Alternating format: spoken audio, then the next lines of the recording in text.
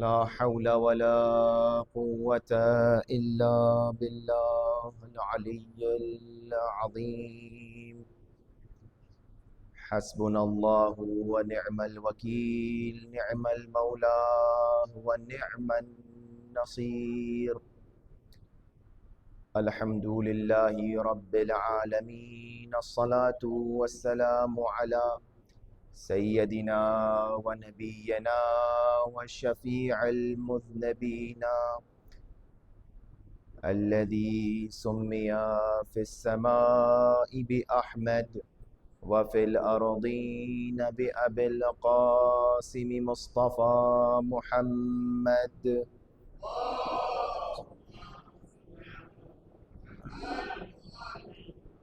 وأهل بيته الطيبين الطاهرين المعصومين المظلومين، واللعنة الدائمة على أعدائهم أجمعين، غاصبي حقوقهم منكري فضائلهم من الآن إلى قيام يوم الدين. أما بعد، فقد قال الله تبارك وتعالى في القرآن المجيد والفرقان الحميد وقوله الحق. بسم الله الرحمن الرحيم. ولقد ذرأنا لجهنم كثيرا من الجن والإنس لهم قلوب لا يفقهون بها ولهم أعين لا يبصرون بها ولهم آذان لا يسمعون بها أولئك كالأنعام بل هم أضل أولئك هم الغافلون. صلوات پڑھیں محمد وآل محمد.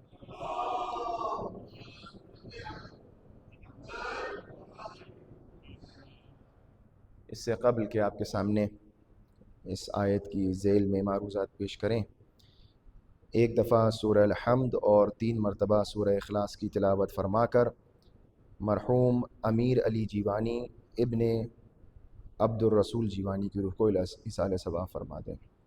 بسم اللہ الرحمن الرحیم. الحمد للہ رب العالمین الرحمن الرحیم مالک یوم الدین ایاک نعبد وإیاک نستعین اهدنا الصراط المستقیم صراط الذین انعمت علیہم.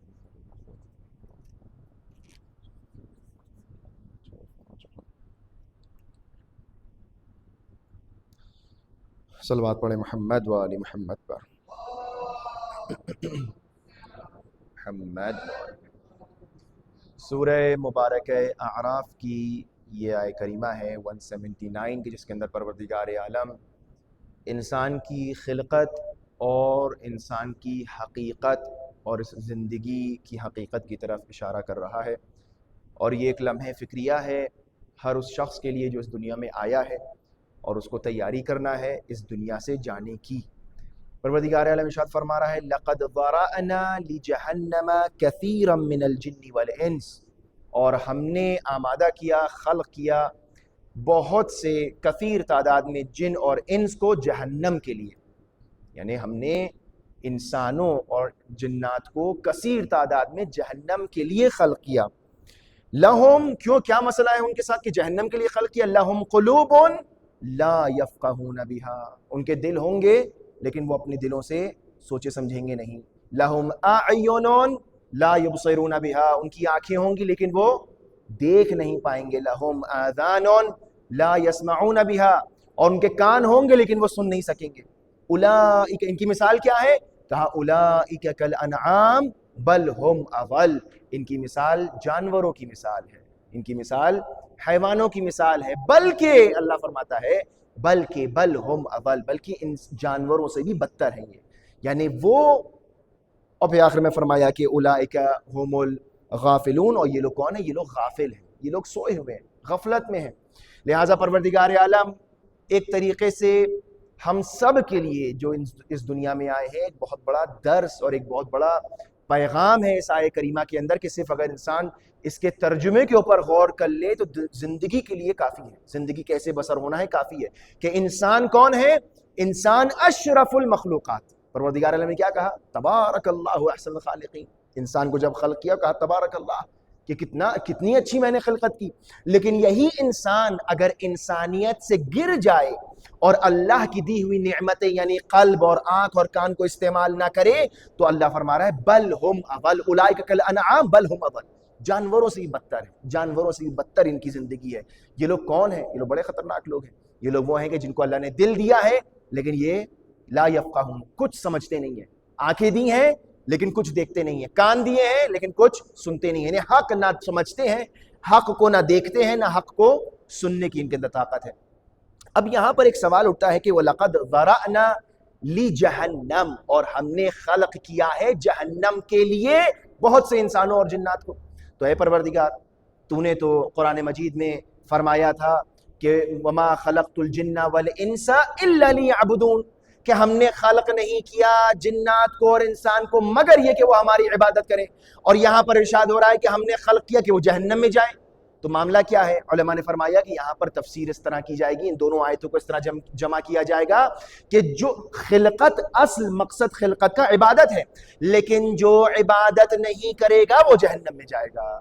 پس اصل مقصد خلقت عبادت ہے، لیکن جو عبادت نہیں کرے گا اس کا ٹھکانہ جہنم. مثال کے طور پر کسی کا کوئی کارخانہ ہو، مثال کے طور پر کارخانہ ہو لکڑی کا، اس میں لکڑی کا فرنیچر بنایا جاتا ہو، اور وہ کارخانے بہت سی لکڑی خرید کے رکھے اور لکڑی سے فرنیچر بنائے. اب جو لکڑی بچ جاتی ہے اس کو وہ جلا دے، سردیوں کے زمانے میں جلا دے گرمی حاصل کرنے کے لیے، کھانا پکانے کے لیے. تو کیا کہا جائے گا؟ لکڑی کو جلا دیا گیا. لیکن لکڑی کو کب جلایا گیا؟ جب وہ لکڑی بیکار ہو گئی.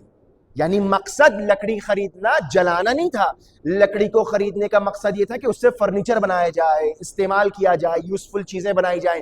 لیکن جو چیز بیکار ہو گئی، بچ گئی، اس کو جلایا گیا. لہٰذا خلقت کا مقصد عبادت ہے، لیکن جو اس مقصد میں ناکام ہوگا وہ جہنم جائے گا. جو اپنی اس قلب کو استعمال نہ کرے، جو اپنی اس آنکھ کو استعمال نہ کرے، جو اپنے اس کان کو استعمال نہ کرے. بس معلوم ہوا کہ وَلَقَدْ ذَرَأْنَا لِجَهَنَّمَ، اور ہم نے خلق کیا ہے کثیر تعداد میں انسانوں اور جنات کو جہنم کے لیے. بس لِجَهَنَّمَ، یہ جو لام ہے لِجَهَنَّمَ، یہ لام سببیت نہیں ہے بلکہ لام غایت، عربی میں سے کہتے ہیں لام غایت، یعنی نتیجہ یہ ہوگا، یعنی نتیجہ یہ ہوگا کہ جو عبادت نہیں کرے گا وہ جہنم میں جائے گا، اور جو عبادت کرے گا وہ جنت میں جائے گا. امیر المومنین علیہ الصلوۃ والسلام کی بھی حدیث ایک ہے اسی طریقے سے، کہ جس کے اندر امام علیہ الصلوۃ والسلام فرماتے ہیں کہ پروردگار عالم کا ایک فرشتہ ہے، اور وہ فرشتہ دن میں ایک مرتبہ ایک صدا بلند کرتا ہے. دیکھیں حقیقت زندگی حیات کیا ہے، حقیقت حیات انسانی کیا ہے، وہ یہ ہے کہ امام فرماتے ہیں کہ یہ ملک جو ہے اِنَّ لِلَّهِ مَلَكًا يُنَادِي فِي كُلِّ يَوْمٍ، ایک ملک ہے وہ ہر دن آواز جو ہے وہ بھیجتا ہے اور لوگوں کو جو ہے وہ صدا دیتا ہے. کیا صدا دیتا ہے؟ کہتا ہے کہ لِدُوا لِلْمَوْتِ، پیدا کرو موت کے لیے، پیدا کرو موت کے لیے. وَاجْمَعُوا لِلْفَنَاءِ، جمع کرو فنا ہو جانے کے لیے، فنا کر دینے کے لیے. وَابْنُوا لِلْخَرَابِ، اور بناؤ، جتنا بنانا بناؤ، جتنے بڑے بڑے گھر بنانا ہے، جتنی بڑی بڑی بلڈنگز بناؤ، لیکن یہ سب خراب ہوں گی. تو اب یہاں پر للموت، للفنا، للخراب، یہ جو لام آ رہا ہے، اس کا مطلب یہ نہیں ہے کہ انسان کر رہا ہے اس کام کے لیے. کوئی بھی ماں اپنے بچے کو پیدا نہیں کرتی موت کے لیے. آپ توجہ کریں اس کے اوپر، کوئی ماں اپنے بچے کو پیدا کرتی موت کے لیے نہیں. موت کی یعنی مقصد یہ نہیں ہے کہ موت کے لیے پیدا ہو رہا ہے وہ بچہ، لیکن امام فرما رہے ہیں یہ یاد رکھو انتہا اس کی موت ہے. تم جتنا جمع کرو للفنا، جو کچھ جمع کرو گے سب فنا ہو جائے گا. ہاں تم فنا ہونے کے لیے نہیں جمع کر رہے ہو، لیکن یہ سب اس کی غایت اور اس کا آخری نتیجہ، مرحلہ، منزل تکامل یہ کہ یہ سب فنا ہو جائے گا. وَابْنُوا، جتنا بنانا ہے بناؤ، بڑی بڑی بلڈنگیں، اسکریپرز بنا دیے جا رہے، سب کچھ بن رہا ہے، لیکن یاد رکھو للخراب، یہ ایک دن خراب ہو جائے گا. نتیجہ کیا ہے؟ لہٰذا امام نے ان تین بہت اہم چیزوں کے اوپر انگلی رکھی ہے کہ ایک تو اولاد، دوسرے مال انسان کا جتنا جمع کرنا ہے، اور دوسری یہ گھر وغیرہ، کہ انسان دل لگا بیٹھتا ہے ان سب چیزوں سے. لیکن امام فرما رہے کیا ہے کہ یہ اولاد بھی مرے گی، ختم ہوگی، یہ پیسہ بھی ختم ہو جائے گا، فنا ہو جائے گا، یہ جو لمبی لمبی عمارتیں بن رہی ہیں، چیزیں اس دنیا میں بن رہی ہیں، سب فنا ہو جائیں گی، سب خراب ہو جائیں گی. لہٰذا وہ شے، عقل مند آدمی کون ہے؟ وہ شے کہ جس کا نتیجہ یہ ہے کہ یہ ختم ہو جائے گی، تو اس سے دل کیوں لگا انسان؟ وہ چیز کہ جو ختم ہو جائے گی اس سے انسان دل کیوں؟ ما عندکم ینفد وما عند اللہ باق، جو تمہارے پاس ہے وہ سب ختم ہو جائے گا، جو کچھ تمہارے پاس ہے سب ختم ہو جائے گا، جو اللہ کے پاس ہے، جو اللہ کے پاس پہنچ جائے گا وہ باقی رہنے والا ہے۔ لہٰذا یہ ایک درس ہے بہت بڑا انسان کی زندگی کے لیے کہ ہم دیکھیں ہم نے کن چیزوں سے دل لگایا ہے۔ اگر دل لگا لیا ہے فنا ہو جانے والی چیزوں سے تو پھر اضطراب ہے، پریشانی ہے، کل کیا ہو جائے گا، میری بلڈنگ کو کیا ہوگا میں مر جاؤں گا تو، میری اولاد کا کیا ہوگا میں چلا گیا تو، میری مال و دولت جو اتنی میں نے زحمتیں کر کر کے جو ہے وہ جمع کی ہے اس کا کیا ہوگا۔ ہاں حلال کی ہے، وہ نہیں بات کر رہا، حلال کی ہے، حلال سے محنت و مشقت کر کے انسان نے جمع کیا، لیکن جمع کیا تو دل کیوں لگایا؟ جس سے دل لگانا تھا اس سے دل نہیں لگایا، اور جس سے دل نہیں لگانا تھا اس سے دل لگا بیٹھے۔ تو اب یہاں پر کیا ہے؟ اضطراب ہے، یہاں پر کیا پریشانی ہے۔ امام علیہ الصلوۃ والسلام یہی آیات، مختلف آیات، لہٰذا پتہ یہ چلا کہ انسان کون ہے؟ انسان وہ ہے کہ کثیر تعداد میں خلق کیا گیا، اگر وہ عبادت نہ کرے تو لہم قلوب لا یفقہون بہا۔ اب یہ لوگ کون ہیں؟ لہم قلوب لا یفقہون بہا، دل ظاہراً دل ہیں، سب کے دل میں ایک یہاں پر ایک گوشت کا لوتھڑا ہے وہ دھڑک رہا ہے، پمپ کر رہا ہے، لوگ کہتے ہیں یہ دل ہے، دل یہ نہیں ہے، دل وہ ہے کہ جس سے سمجھا جائے، جس سے حقیقت سمجھی جائے وہ ہے دل، جس سے معرفت حاصل ہو وہ ہے دل۔ آنکھ ہر چیز انسان دیکھ رہا ہے، لیکن آنکھ سے اگر حق نہیں سمجھا تو پھر یہ آنکھ بیکار ہے، اگر کان سے حق نہیں سنا تو یہ کان بیکار ہے۔ لہٰذا بہت سے تھے رسول کے زمانے میں، ائمہ کے زمانے میں، امام کے ساتھ رہتے تھے، رسول کی بزم میں بیٹھتے تھے، اگر وہ دل جو حقیقت کو نہ سمجھے بیکار ہے، مردہ ہے، چاہے رسول کا صحابی کیوں نہ ہو۔ اگر رسول کی بزم میں بیٹھ کر آنکھ ہے لیکن اگر آنکھ سے ولی اللہ کو نہیں پہچانا تو یہ آنکھ بیکار ہے، اگر کان سے ولی اللہ کی بات کو نہ سمجھا تو یہ کان بیکار ہے، اگر دل سے علی سے محبت نہیں کی تو دل بیکار ہے، یہ دل بیکار ہے۔ کیا ہے یہ گوشت کا ایک لوتھڑا ہے جو دھڑک رہا ہے، بس 4 دن دھڑکے گا اس کے بعد ختم ہو جائے گی، لیکن وہ دل کہ جو سمجھے حقیقت کو، جو قبول کرے حق کو، وہ دل زندہ دل ہے۔ پروردگار فرما رہا ہے کہ اگر انہوں نے یہ کام نہ کیا تو اولئک کالانعام، یہ سب کیا ہے؟ جانور۔ برا لگتا ہے نا کسی کو، انسان جو ہے پروردگار عالم بڑا احترام سے جو ہے وہ انسان کو یاد کرتا ہے، قرآن مجید کی متعدد آیات ہیں، بڑی شان و شوکت سے انسان کو یاد کیا ہے، لیکن اب یہاں پر جب انسان حقیقت کو نہ پہچانے تو پروردگار عالم اس طرح ایڈریس کر رہا ہے، اور اگر کسی کو کوئی انسان کہہ دے نا تم جانور ہو کیا تو کتنا برا لگے گا۔ پروردگار عالم قرآن مجید میں کہہ رہا ہے یہ سب جانور ہیں، یہ انسان نہیں ہے، یہ جانور ہیں، یہ بدترین جانور، اولئک کالانعام بل ہم اضل، یہ سب سے بدترین، یہ جانوروں سے بھی گرے ہوئے انسان ہے۔ کیوں؟ چونکہ ان کے سامنے سجا کر ان کو حق بتایا گیا اور انہوں نے حق کو نہیں سنا۔ دوسری جگہ پر سورہ فرقان میں ارشاد ہو رہا ہے تحسبوا ان اکثرهم يسمعون او يعقلون، تم سمجھتے ہو کہ اکثر لوگ جو ہے وہ یسمعون و یعقلون، تمہیں لگتا ہے کہ ہر ایک سنتا ہے، ہر ایک سمجھتا ہے، ہاں ایسا نہیں ہے۔ پروردگار کہہ رہا ہے انہم الا کالانعام، اکثر ایسے ہیں کہ یہ جانور ہیں۔ متعدد جگہ پر پروردگار عالم نے اس طرح ایڈریس کیا ہے۔ پروردگار عالم اگر یہ کہہ رہا ہے اس کا مطلب کوئی بات سیریس ہے۔ اکثرہم انہم الا کالانعام، لیکن ان میں سے بہت سے ایسے ہیں جو جانوروں کی طرح ہیں، جن کی زندگیاں جانوروں کی طرح گزر رہی ہیں۔ آج ہمارے زمانے میں کیا ہوتا ہے، ہم سے کہا جاتا ہے کہ دیکھیے اکثریت یہ کام کر رہی ہے، پروردگار عالم کہہ رہا ہے اکثریت جانور ہے۔ اکثرہم لا یعقلون، اکثرہم لا یفقہون، اکثرہم جو ہے وہ کالانعام، اکثر ان میں سے جانور ہیں۔ ہم کو دکھایا جاتا ہے دیکھیے ویسٹ کی لائف سٹائل یہ ہے، دیکھیے یورپین لائف سٹائل یہ ہے، دیکھیے وہ پیش رفتہ لائف سٹائل یہ ہے، آپ لوگ متعدد کم لوگ، ہاں تشیع شیعہ کم ہیں، تعداد میں کم ہیں، آپ لوگ یہ سب کیا الگ سے اپنا دکان لگائے بیٹھے؟ نہیں، پروردگار عالم کہہ رہا ہے اکثر لوگ وہ ہیں جو جانوروں کی زندگی بسر کر رہے ہیں، بہت عدے قلیل ہیں، کم لوگ ہیں کہ جو حق پر ہیں، حقیقت پر ہیں۔ بل ہم اضل سبیل، بلکہ یہ لوگ گمراہ ہیں۔ پھر خود انسان قیامت کے دن جب پہنچے گا تو خود انسان کیا کہے گا؟ وقالو، اے کاش، وقالو، اور انسان کہے گا لو کننا نسمع او نعقل ما کننا فی اصحاب السعیر، اے کاش ہم نے سن لیا ہوتا اور ہم نے غور کیا ہوتا، اے کاش ہم نے سن لیا ہوتا اور ہم نے غور کیا۔ اے کاش، یہ اے کاش جو ہے نا یہ بڑی عجیب کیفیت ہے۔ قیامت کے دن جب انسان بار بار یہ کہے گا نا افسوس اے کاش ہم نے یہ کر لیا ہوتا، کاش ہم نے یہ بات سن لی ہوتی، کاش ہم نے اس پہ عمل کر لیا ہوتا، تو اس کاش کرنے پر جو ہے وہاں کوئی فائدہ نہیں ہونے والا ہے۔ جو کچھ کرنا ہے اس دنیا میں پروردگار عالم نے جو وہاں ہونے والا ہے پہلے سے ہم کو یہاں بتا دیا ہے، اب یہ ہمیں طے کرنا ہے کہ ہم کس گروہ میں واقع ہونے والے ہیں۔ وہ کہ جو وہاں خدا نخواستہ کف افسوس ملے، وہ کہ جو یہاں اچھی زندگی بسر کر کے ولی اللہ کو مانیں، ولی اللہ کے پیچھے چلیں، اور وہاں پر ولی اللہ کے سامنے ہمارا حشر و نشر. پروردگار عالم نے تمام چیزیں کھل کر واضح طور پر انسان کے لیے بیان کرتی ہیں کہ یہ انسان کی زندگی ہے. حقیقتیں ہمارے سامنے روشن ہیں، واضح ہیں. انسان کو جو ہے بہت دور جانے کی ضرورت نہیں ہے. اپنی زندگی میں انسان غور و فکر کرے کہ کتنی ایسی چیزیں ہماری دنیا، ہماری زندگی میں کہ جس کے پیچھے ہم بھاگتے ہیں اور وہ چیزیں کیا ہیں؟ فنا ہو جاتی ہیں. 4 دن کی زندگی ہے، 4 دن کی زندگی ہے، اور وہ 4 دن بھی جو ہے اس کے اندر بہت قلیل مقدار میں چیزیں ہمارے پاس رہتی ہیں. آج چیز آ رہی ہے، کل چیز جا رہی ہے. لہٰذا اس سے کیا دل لگانا جو آج ہے اور کل نہیں ہے، اس سے انسان دل لگائے کہ جو ہمیشہ رہنے والی چیزیں ہیں.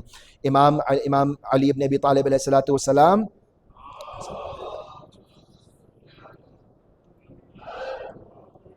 ایک اور بڑی اہم انسان کی زندگی اور حقیقت کے اوپر امام علیہ الصلوۃ والسلام روشنی ڈال رہے ہیں، اور فرماتے ہیں کہ امام نے فرمایا کہ ان ابن آدم اذ کان فی آخر یوم من الدنیا، جب انسان کا آخری دن ہوگا، دنیا کا آخری لمحات ہیں، واول یوم من الآخرہ، دنیا کا آخری دن ہے. بڑی دلچسپ یہ روایت ہے، اس کو غور سنیے گا. دنیا کا آخری دن ہے اور قیامت کا پہلا دن ہے، یعنی برزخ والا معاملہ ہے کہ بس یہاں سے جا رہا ہے اور وہاں داخل ہونے والا ہے. مولا کیا کیفیت ہوگی؟ فرمایا یہ جو دن ہوگا نا، دنیا کا آخری دن ہے اور آخرت کا پہلا دن ہے. مثل لہ مالہ، ایک اس کے لیے مثلہ یعنی تمثیل اس کے سامنے نظر آئے گا. اس کے سامنے جو ہے وہ 3 چیزیں نظر آئیں گی. مالہ ولدہ عملہ، اس کا مال اس کے سامنے اس کو نظر آئے گا، اس کی اولاد اس کے سامنے اس کو نظر آئے گی، اور اس کا عمل اس کے سامنے نظر آئے گا. اب ایک گفتگو ہے جو امام فرما رہے ہیں. کیسی گفتگو ہوگی؟ امام نے فرمایا جب انسان جب مر رہا ہوگا نا، کیفیت ہوگی برزخ والی، دنیا سے جا رہا ہے، آخرت میں پیر رکھنے والا ہے، اس کے سامنے اس کا مال آئے گا، اس کے سامنے اس کا عمل آئے گا، اس کے سامنے اس کی اولاد آئے گی. انسان کہے گا فَيَلْتَفِتُ إِلَى مَالِهِ، یہ بڑا عجیب ہے واقعا. انسان یہ آپ لوگ اس کو سوچئے گا. ہم جب انسان کبھی کبھار جو ہے وہ خطابت میں اور بولنے میں جو ہے وہ مزہ نہیں آ پاتا، ہماری زبان ٹوٹی پھوٹی، امام کے گوہربار کلمات، نورانی کلمات ہم نہیں ادا کر پا رہے ہیں. آپ لوگ اس کو دیکھیے گا. انسان جو ہے وہ ملتفت ہوگا، توجہ کرے گا کس کی طرف؟ اس کی طرف کہ جو انسان کا مال ہے، اور انسان اپنے مال کی طرف متوجہ ہوگا اور مال سے کہے گا. کیا کہے گا؟ واللہ انی کنت علیک لحریصا شحیحا، پروردگار عالم کی قسم پوری زندگی میں تمہاری پیچھے بھاگتا رہا، میں تمہاری لالچ میں نے زندگی گزار دی. جو مرتا ہوا انسان کبھی جھوٹ نہیں بولتا، یہ یاد رکھیے گا. تو انسان جو ہے وہ مال کی طرف دیکھے گا اور کہے گا واللہ میں نے پوری زندگی تمہاری لالچ میں گزار دی، تمہارے پیچھے گزار دی، اب میں یہاں سے جا رہا ہوں تو یہ بتاؤ تمہارے پاس میرے لیے کیا ہے؟ سوال اچھا ہے مرنے والے آدمی کا کہ اب میں یہاں سے جا رہا ہوں، 3 چیزیں میرے سامنے آئی ہیں. تو انسان، مرتا ہوا انسان مال سے پوچھے گا کہ پوری زندگی میں نے تمہارے پیچھے گزار دی، تمہارے پاس اب کیا ہے میرے لیے؟ تو وہ مال کہے گا فما عندک، تمہارے پاس کیا ہے میرے لیے؟ تو مال یہ کہے گا، پوری دنیا پر جتنا کمایا مال یہ کہے گا خذ منی کفنک، میرے پاس صرف اور صرف تمہارے لیے تمہارا کفن موجود ہے. کیا ہے؟ تمہارا کفن. تمہارا کفن ہے، باقی کچھ میرے پاس تمہیں دینے والے. تم نے پوری زندگی میرے پیچھے گزار دی، اس بات کی حقیقت ہے، لیکن میرے پاس اس وقت تمہیں دینے کے لیے صرف کفن ہے اور کچھ نہیں. وہ مال کہ جس کے پیچھے لڑائیاں، جھگڑے، مار کاٹ، بھائی بھائی کا جو ہے وہ دشمن بنا جا رہا ہے، رشتہ داروں میں آپس میں جو ہے رشتے ٹوٹے جا رہے ہیں، دوست دوست کا نہیں، بھائی بھائی کا نہیں، بیٹا باپ کا نہیں، وہ مال آخری وقت اس سے پوچھا جا رہا ہے کہ یہ بتا میں نے تیرے لیے اتنی جھگڑے مول لیے، میرے لیے تیرے پاس کیا ہے؟ کہا صرف کفن. صرف کفن. کیا واقعاً اتنی ارزش اور قیمت رکھتا ہے یہ مال کہ انسان اپنے اعمال خراب کرے؟ پھر انسان متوجہ ہوگا مرنے والا کس کی طرف؟ اولاد کی طرف. فَيَقُلْ لِوَلَدِهِ لِوُلْدِهِ، پھر انسان جو ہے فَيُقْبَلْ إِلَى وُلْدِهِ، پھر انسان جو ہے اپنی اولاد سے کہے گا اے اولاد یہ بتا واللہ انی کنت لکم لمحبا، میں نے قسم بخدا تجھ سے بہت محبت کی. اولاد سے انسان کہہ رہا ہے، انسان کی اولاد سامنے کھڑی ہے اور انسان اپنی اولاد سے کہہ رہا ہے کہ اے میری اولاد، پروردگار عالم گواہ ہے کہ میں نے پوری زندگی تجھ سے بہت محبت کی، تیرے پیچھے بھاگا، تیری وجہ سے لڑائیاں مول لی، تیری وجہ سے میں نے نہ جانے کیا کیا اچھا کیا، کیا کیا برا کیا، لیکن یہ بتا فما لی عندک، اب میں جا رہا ہوں تو تو میری اولاد ہے. یہ تو چلو مال تھا، لیکن تو میری اولاد ہے. تیرے پاس میرے لیے کیا ہے؟ کچھ ہے کہ جو میں اس وقت جب کوئی میرا نہیں ہے تو مجھے کچھ تو دے گا؟ اولاد تیرے پاس کیا ہے؟ اولاد جواب دے گی کہ ان نؤدیک الی حفرتک فنواریک فیہا، اے ابا میرے پاس آپ کے لیے صرف ایک چیز ہے، وہ یہ کہ ہم گڈھا کھود کر آپ کو اس میں گاڑ دیں اور چھوڑ کر آ جائیں۔ اللہ، وہ اولاد کہ جس کے پیچھے انسان جو ہے سب کچھ کرتا ہے، حقیقت ہے دنیا کی۔ امام علیہ الصلوۃ والسلام فرما رہے ہیں حقیقت ہے دنیا کی کہ وہ اولاد کہ جس کے لیے سب کچھ کیا، وہ اولاد کیا کہے گی؟ یہ زبان حال ہے انسان کی، یہ زبان حال ہے انسان کی۔ جب مر رہا ہے تو کیا کیفیت ہوگی؟ انسان اپنی اولاد کی تربیت کرے، ایسا نہ ہو خدا نخواستہ کہ انسان جو ہے وہ اولاد ایسی بن جائے۔ بہت سے ہیں ماں باپ، افسوس واقعا جب انسان جو ہے وہ پانی سر سے اوپر ہو جاتا ہے تب سمجھ میں آتا ہے کہ میں نے تربیت نہیں کی، میں نے تربیت نہیں کی۔ یہ اولاد یہ باقیات الصالحات ہے، انسان اس پر غور نہیں کرتا، اپنے غرور میں چور ہے، اپنے تکبر میں چور ہے، اپنی طاقت میں، اپنے ریسورسز میں، اپنے مال پر، کہ مجھے کسی کی ضرورت نہیں ہے۔ لیکن جب جا رہا ہوتا ہے اس دنیا سے تب پتہ چلتا ہے کہ یہ اولاد جو ہے وہ کتنی اہم اور بڑی نعمت تھی، اس کی مجھے تربیت کرنا چاہیے تھی۔ یہی اولاد میرے مرنے کے بعد میرے لیے اصالِ ثواب کرے گی یا نہیں کرے گی؟ میرے لیے نیک کام کرے گی، میرے لیے فاتحہ پڑھے گی، ایک دن مجھے یاد کرے گی جمعرات کو میری مجلس ہوگی یا نہیں ہوگی؟ جب میں مر جاؤں گا تو مجھے یاد کیا۔ خوش نصیب ہیں وہ ماں باپ کہ جن کی اولاد مرنے کے بعد انہیں یاد کرتی ہے۔ یہ ماں باپ کی تربیت ہے، یہ ماں باپ کی تربیت اور اس کا ثواب ملتا ہے۔ لیکن بہت سی ایسی اولادیں ہیں کہ جو بس دفنایا اور بس اس دن خدا حافظی، اور اس دن کے بعد پلٹ کر قبر پر بھی نہیں جاتے۔ کتنے ہم لوگ جاتے ہیں قبرستان، وہاں کتنی ایسی قبریں ہیں کہ جس کے رشتہ دار وہاں موجود ہیں، لیکن شاید سال میں ایک دفعہ، 2 سال میں ایک دفعہ 15 شعبان کو اگر بھولے بھٹکے آ گئے تو قبرستان آ گئے، ورنہ ہم کون اور ہمارے باپ کون، وہ قبر کون کہاں ہے؟ کتنی ایسی قبریں ہیں جس پہ کوئی نام نہیں ہے۔ سالوں بعد آیا، پوچھا بیٹے نے کہ بھئی میری ابا کی قبر کہاں ہے؟ اب مجھے ہوش آیا ہے۔ اب چونکہ میرا پیر لٹک رہا ہے قبر میں، تو جو میں نے اپنے باپ کے ساتھ کیا تھا کہیں میری اولاد میرے ساتھ نہ کرے۔ تو اب یہ عقل میں آتا ہے تو انسان آتا ہے کہ میں اپنی باپ کی قبر ڈھونڈ لوں، لہٰذا لیکن اس وقت بہت دیر ہو چکی ہوتی ہے۔ انسان نے کہا کہ اے میرے بیٹے بتا کہ میں نے پوری زندگی تیرے لیے گزاری، تیرے پاس کیا ہے؟ کہا میرے پاس صرف یہ ہے کہ میں آپ کو قبر میں اتار کر قبر کو ڈھک کر چلا آؤں۔ پھر انسان جو ہے تیسری چیز کیا تھی؟ عمل۔ فیقبل الی عمل، پھر انسان جو ہے وہ اپنے عمل سے کہے گا واللہ، اے عمل، واللہ پروردگار عالم کی قسم، انی کنت فیک لزاہدا، مال کے پیچھے میں بھاگا، اولاد کے پیچھے میں بھاگا، اور جس کے پیچھے مجھے بھاگنا چاہیے تھا اس کے پیچھے نہیں بھاگا۔ واللہ پروردگار عالم کی قسم، میں نے تجھے چھوڑ دیا تھا، میں نے تجھے عمل سے کہا کہ میں نے تجھے چھوڑ دیا تھا۔ اے عمل تو یہ بتا، یہ جو میں نے پوری زندگی تجھے چھوڑ دیا، نماز نہ پڑھی، روزہ نہ پڑھا، نہ حج کیا، نہ زکوٰۃ، نہ خمس، نہ کچھ، کوئی خاص میں نے اعمال انجام نہیں دیے، تو بھی یہاں ہے میں بھی یہاں ہوں، ذرا یہ بتا تیرے پاس میرے لیے کیا ہے؟ تو اب عمل جواب یہ دے گا کہ عمل جواب یہ اور انسان کہے گا کہ میرے لیے بڑا سخت تھا، میں نے تجھ پہ عمل نہیں کیا۔ عمل یہ جواب دے گا کہ جان لو تم نے مجھے زندگی بھر چھوڑا، تم نے مجھے عمل، نیک عمل، اچھے عمل، عمل کہے گا تم نے زندگی بھر مجھے نیگلیکٹ کیا، اگنور کیا، چھوڑتے رہے اور اللہ کے فرامین پر عمل نہیں کیا۔ اب سنو، ان انا قرینک فی قبرک، صرف میں ہوں جو تمہارے ساتھ قبر میں جانے والا ہوں۔ نہ اولاد آئے گی، نہ یہ مال آئے گا، کچھ نہیں آئے گا، میں عمل تمہارے ساتھ تمہاری قبر میں آؤں گا۔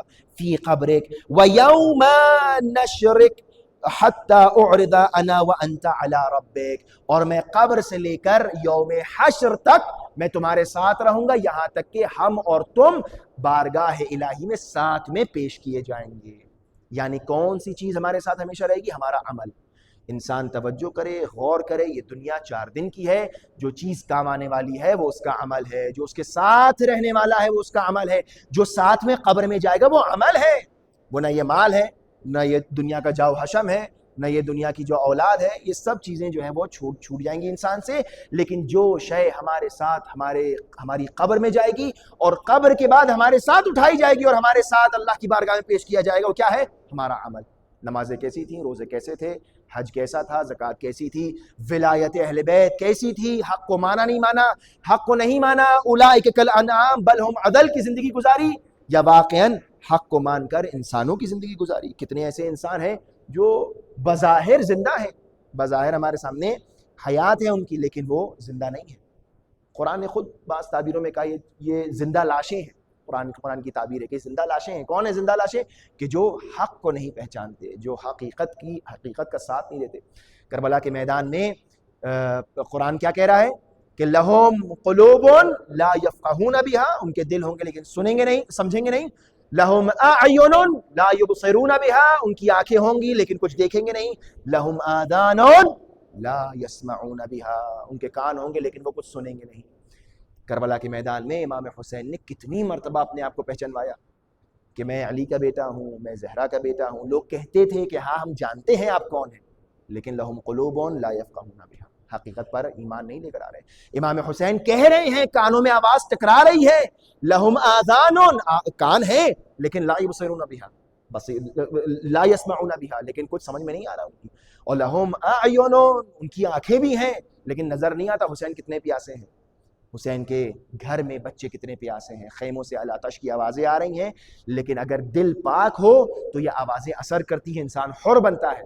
اور اگر دل ناپاک ہو تو شمر جیسے بیٹھ کے سنتے رہتے ہیں لیکن اثر نہیں ہوتا. انسان اپنے دل کو پاک کرے، اپنے کان کو پاک کرے، اپنی آنکھوں کو، میرے جوان اس بات پہ غور کریں، غیبت نہ سنیں، گانے نہ سنیں، میوزک نہ سنیں، حرام نہ دیکھیں، ناجائز چیزیں نہ دیکھیں، کسی نامحرم کے اوپر نگاہ نہ جائے. لیکن جب حقیقت کی بات آئے گی تو حقیقت دل پر اثر نہیں کرے گی. ہم نہیں سمجھتے، ہم کبھی کبھار اس کو نیگلیکٹ کر دیتے ہیں، ارے کوئی بات نہیں، امام بخشوا دیں گے. امام اس وقت بخشوائیں گے جب امام کی محبت دل میں اترے گی، اور جب دل ہی ناپاک ہو جائے گا دل میں محبت کہاں سے اترے گی؟ یہ گانے، یہ غیبتیں، یہ بری باتیں، انسان کو غور کرنا چاہیے. آنکھوں کو اپنے جوانی میں اپنی آنکھوں کو جوان محفوظ رکھے، کانوں کو اپنے محفوظ رکھے، دلوں کو اپنے محفوظ رکھے. کربلا کے میدان میں یہی ہو رہا تھا. امام حسین کربلا میں انتہائی مظلومیت امام حسین اس وقت تھی کہ جب 6 مہینے کے اپنے لال کو آغوش میں لے کر آئے اور دکھا رہے تھے ان لم ترحمونی فرحموا ھذا الطفل اما ترون کیف یتلظی، کیا تم نہیں دیکھتے؟ اگر تمہیں مجھ پہ رحم نہیں آ رہا ہے تو اس 6 مہینے کے بچے کے اوپر رحم کرو. کیا تم نہیں دیکھتے کس طرح یہ شدت پیاس سے منہ کھولتا ہے، بند کرتا ہے؟ دیکھ رہے تھے، سب دیکھ رہے تھے. لیکن یہ کیا تھا؟ یہ مثال ان کی ہے کہ اولئک کالانعام، سب جانور ہیں، جانوروں سے بھی بدتر ہیں. امام حسین کے مقابلے میں جو آئے جانور تھے، جانوروں سے امام حسین علیہ السلام یہ انتہائی مظلومیت ہے. کربلا بہترین نمونہ عمل ہے، اس بات کی مثال ہے کہ کتنا انسان اپنی انسانیت سے گر سکتا ہے. اور امام حسین دکھا رہے ہیں، پہچنوا رہے ہیں، بتا رہے ہیں. یہ مجلس ایک اولاد نے اپنے باپ کے لیے رکھی ہے. میں بس تسکین قلب کے لیے 2 جملے کہوں گا اور زحمت تمام، کہ انسان جو ہے وہ چاہتا یہ کہ آخری وقت میں، اور دستور دنیا بھی یہی ہے کہ زیادہ تر ایسا ہی ہوتا ہے کہ اولاد باپ کا جنازہ اٹھاتی ہے، اولاد باپ کے جنازے کو کندھا دیتی ہے. مجھے معلوم ہوا کہ ہمارے رضا بھائی جو ہے نہیں پہنچ سکے تھے اس وقت جب باپ کا انتقال ہو رہا تھا، لیکن شاید یہ جملہ سن کے ہمیشہ تسکین آ جاتی ہوگی کہ ایک وقت ایسا بھی آیا، ایک نظارہ ایسا بھی دیکھا گیا، ایک منظر ایسا بھی تاریخ نے بتایا کہ باپ بیٹے سے رخصت کے لیے آیا. اور ایسے وقت آیا کہ جب بیٹا غش سے افاقہ ہوا تو پوچھا کہ بابا یہ چہرے پہ خون کس کا ہے؟ کہا کہ بھیا یہ تمہارے بھائی علی اصغر کا خون ہے. کہا یہ سینے پہ خون کس کا ہے؟ کہا یہ علی اکبر کا خون ہے. کہا امو عباس کہاں گئے؟ کہا شہید ہو گئے، قد قتل. کہا بھیا قاسم کہاں ہے؟ کہا قد قتل. کہا اونا محمد کیا قد قتل؟ پروردگار کبھی کوئی ایسی رخصت نہ دیکھنے نصیب ہو کسی بیٹے کو اپنے باپ کی. اور کس طرح میں نے عرض کیا کہ یہ دنیا ایسی ہی ہے کہ معمولاً بیٹا باپ کو کاندھا دیتا ہے، بیٹا باپ کا جنازہ اٹھاتا ہے. لیکن کربلا میں عجیب منظر ہے کہ باپ 58 سال 57 سال کا باپ ہے، کبھی 18 سال کے بیٹے کا جنازہ اٹھا رہا ہے، کبھی 6 مہینے کے بیٹے کا جنازہ اٹھا رہا ہے. کس طرح جنازے اٹھائے کہ جب میدان کارزار میں پہنچے ہیں تو علی اکبر کو کربلا کی زمین پر ایڑیاں رگڑتے دیکھ رہے ہیں. اجرکم اللہ. کوئی باپ یہ منظر نہ دیکھے، کوئی باپ یہ منظر دیکھ ہی نہیں سکتا کہ جوان بیٹا برچی کا پھل سینے میں ہے اور کربلا میں زمین پر ایڑیاں رگڑ رہا ہے. جا کنی کا عالم ہے. ایک مرتبہ امام حسین بیٹھے اور بیٹھنے کے بعد اس برچی کو سینے سے نکالا. اب جب امام چاہتے ہیں کہ اس کڑیل جوان کے جنازے کو اٹھائیں تو ہمت اس طرح سے ساتھ چھوڑ دیا ہمت نے کہ ایک مرتبہ امام حسین نے جنازے علی اکبر کو زمین پر رکھا، خیمے کی طرف نگاہ کی اور فرمایا کہ اے بنی ہاشم کے بچوں، آؤ آ کر اپنے بھیا کا جنازہ اٹھاؤ. اجرکم اللہ. کتنا سنگین یہ جنازہ رہا ہوگا۔ حسین کے ہاتھوں میں طاقت تھی، امام کے ہاتھوں میں طاقت تھی، لیکن امام نہ جانے کس مصیبت سے گزر رہے تھے کہ علی اکبر کا جنازہ نہ اٹھا سکے۔ اور اس سے زیادہ سنگین جنازہ، اس سے زیادہ وزنی جنازہ وہ 6 مہینے کا جنازہ تھا کہ کبھی آگے بڑھتے ہیں انا للہ و انا الیہ راجعون، کبھی پیچھے آتے ہیں کہتے ہوئے انا للہ و انا الیہ راجعون۔ شاید یہ وجہ رہی ہوگی کہ جب علی اکبر کو دیکھا تھا تو کربلا کی زمین پر علی اکبر احیا رگڑ رہے تھے، اور جب علی اصغر کے تیر لگا ہے تو وہ ننھا سا جنازہ باپ کی آغوش میں کروٹیں لے رہا تھا۔ جناب امام حسین نے جناب علی اکبر کے سینے پر برچھی لگتے نہیں دیکھا تھا، لیکن علی اصغر کے گلے میں تیر لگتے ہوئے دیکھا تھا، علی اصغر کا گلا پام چھلتے ہوئے دیکھا تھا، علی اصغر کے گلے سے خون نکلتے ہوئے دیکھا۔ بس ایک مرتبہ تاریخ بتاتی ہے کہ امام حسین نے اسی خون کو چلو میں لیا اور چاہتے ہیں کہ آسمان کی طرف ڈال دیں۔ آواز آئی کہ اے حسین، اگر ایک قطرہ خون علی اصغر آسمان کی طرف آ گیا تو قیامت تک کے لیے ایک قطرہ آب نہ برسے گا، اور اگر زمین پر ڈال دیا تو اناج کا ایک دانہ نہ اگے گا۔ پس امام مظلوم نے علی اصغر کے خون کو لیا، اپنے چہرے پر ملا، آسمان کی طرف نگاہ کی، اے پروردگارا میں اپنے جد رسول اللہ سے حوض کوثر پر اسی طرح ملاقات کروں گا۔ انا للہ و انا الیہ راجعون، رضا بقضائہ و تسلیما لامرہ۔ پروردگارہ ہماری اس قلیل سی عبادت کو قبول فرما، پروردگارہ ہماری آوازوں پر رحم و کرم نازل فرما، پروردگارہ جن مرحومین اور جس مرحوم کے لیے مجلس رکھی گئی پروردگار اس مجلس کا ثواب ان مرحوم کو حاصل و عائد فرما۔ پروردگارہ ہمارے درمیان جو مریض ہیں ان کی شفا کاملہ عاجلہ عطا فرما۔ پروردگارہ جو مشتاقان حج و زیارات ہیں ان کو حج و زیارات نصیب فرما۔ پروردگارہ ہمارے جوانوں اور ہم سب کے دلوں کو معرفت، مودت اور محبت اہل بیت سے منور فرما۔ پروردگارہ ہم اس لائق بن جائیں کہ امام زمانہ کے اعوان و انصار میں شامل ہو سکیں۔ ربنا تقبل منا انك انت السميع العليم، وآخر دعوانا الحمد لله رب العالمين۔